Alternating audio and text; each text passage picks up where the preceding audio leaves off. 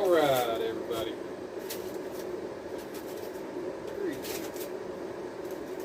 Coming at you from my workshop this evening. I can walk around in it. First time I've been able to move around in my haven, my place to come do what I like to do, which is tinker with garden tractors. Specifically, this one's a 400 John Deere garden tractor. But anyway, we've been cleaning out the workshop, been cleaning up around the property, and thank goodness I can finally get in here and maneuver around and work. Been waiting on it for a lot of months and just haven't been able to get out and get it done. Other projects took precedence. Of course, the house finishing up before winter got here, so it could freeze.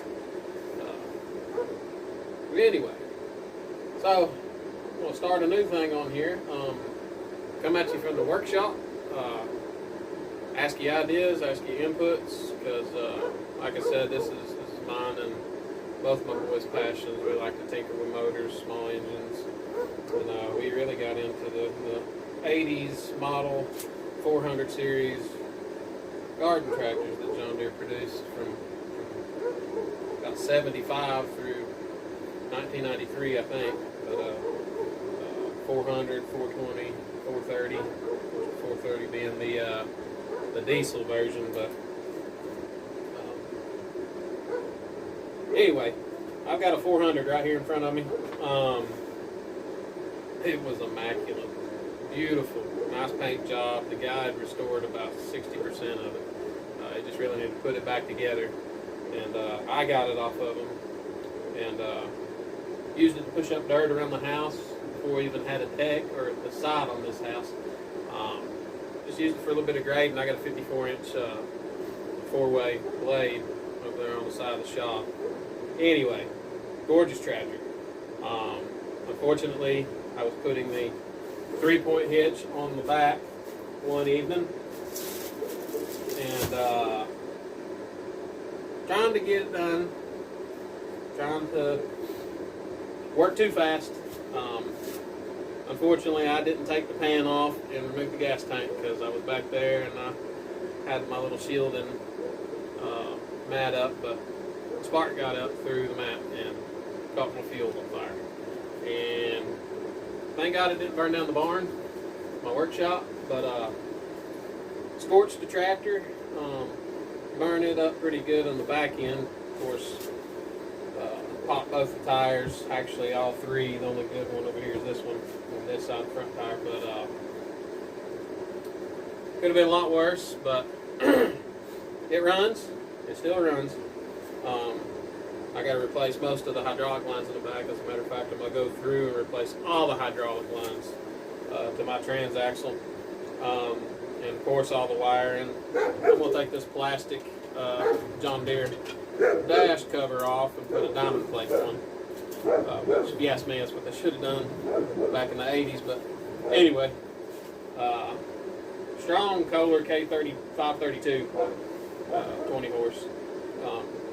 So I was lucky to keep the motor in working order, and the tractor didn't burn completely up. So it will be able to be salvaged. But the question is,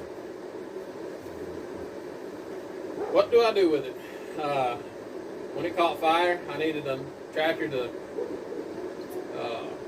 keep up with the day-to-day stuff on the farm here, because we had moved all the animals over by then. So came across the deal on a 420, got it, and been using it ever since. And actually came across another deal on another 420, which was sitting out there, no engine, just the donor chassis and transaxle. But so the 420, I'm wanting to put a 3-point on, and actually I'm not going to fabricate it. Rug Manufacturing Company, R-U-G-G, I think, makes a darn good Category 0 or Category 1 3-point for a 420. Pretty reasonably priced, so We're going to use part of the tax money and put it on that, and I believe we'll put a PTO on it. I've tracked down through a long time searching, but I've tracked down a 540 PTO. And y'all John Deere gurus, especially for the 2,000 RPM tractors, they got 2,000 RPM PTOs, rear PTOs.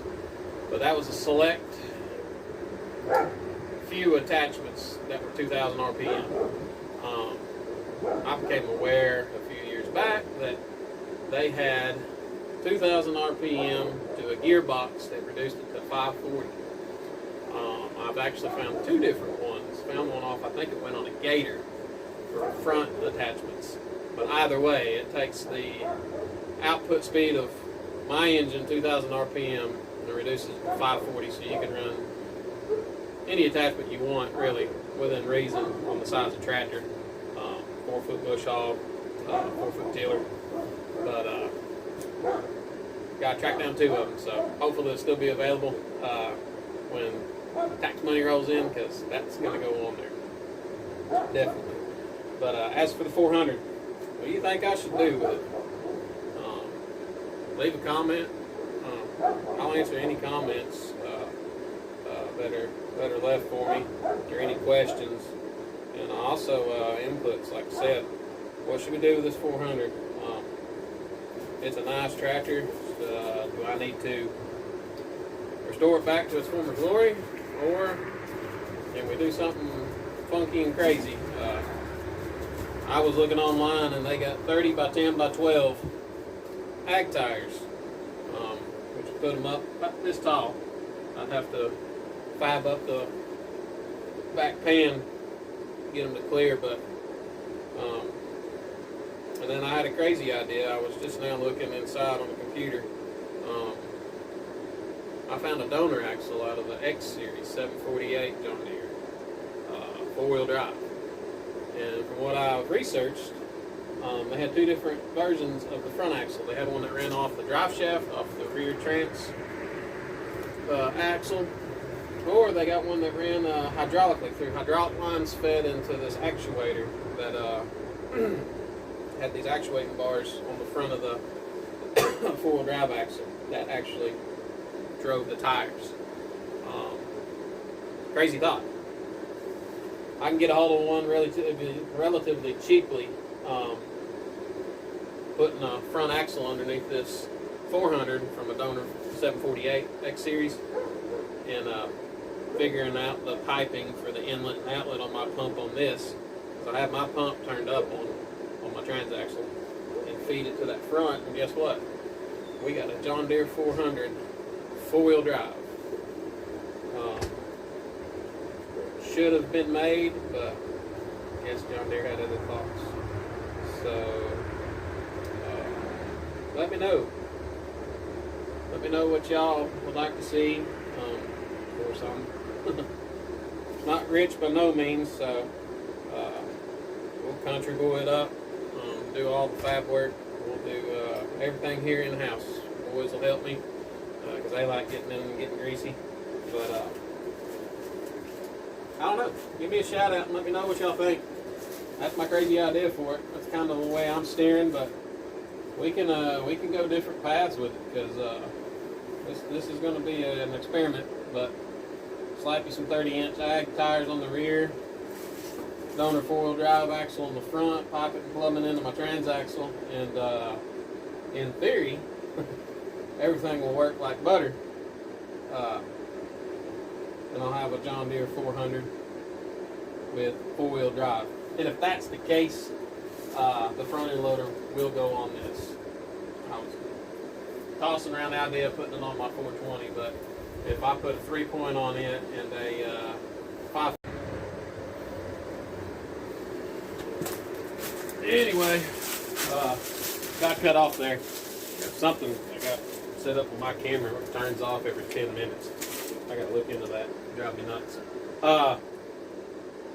Anyway, I think I ended up saying if we go that route, I'll put the front end loader on this 400. In my mind, it would be a perfect tractor. small enough for a 5 to 10 acre hobby farm or whatever homestead you want to do. We got 6 acres here. We don't need anything ginormous, but a 4-wheel drive version of a 400 with the heavy-duty chassis this thing's got on it already, and the cast iron rear end, and then put 4-wheel drive and a front end loader. It would be a monster of a little tractor. I could get a lot done with it. So, like I said, let me know.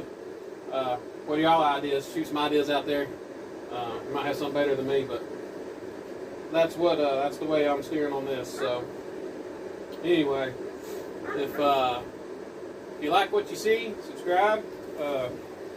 Not pushing anybody to, but we'll show various things in the shop. We're going to do a series of workshop videos. So, and of course, our day-to-day life with our homestead. We started doing this just to keep a chronological order of where we started, and where we come from, to where we are now. So it's been pretty cool to go back and look at already, and we've just been doing it 6-7 months, keeping videos. So if you like it, subscribe. Let us know. Hit that like button if you like what you see. If not, that's fine too. But always open to suggestions, and I'll answer any comments that are left. It might take me a little time figuring out everything on the on the computer, but I'm learning, getting ahead of the learning curve a little bit. So anyway, coming at you from the shop. We're going to get inside, and I think Mama's got dinner ready. I think she come out when I was shooting video earlier, so better get in there. Y'all have a good evening.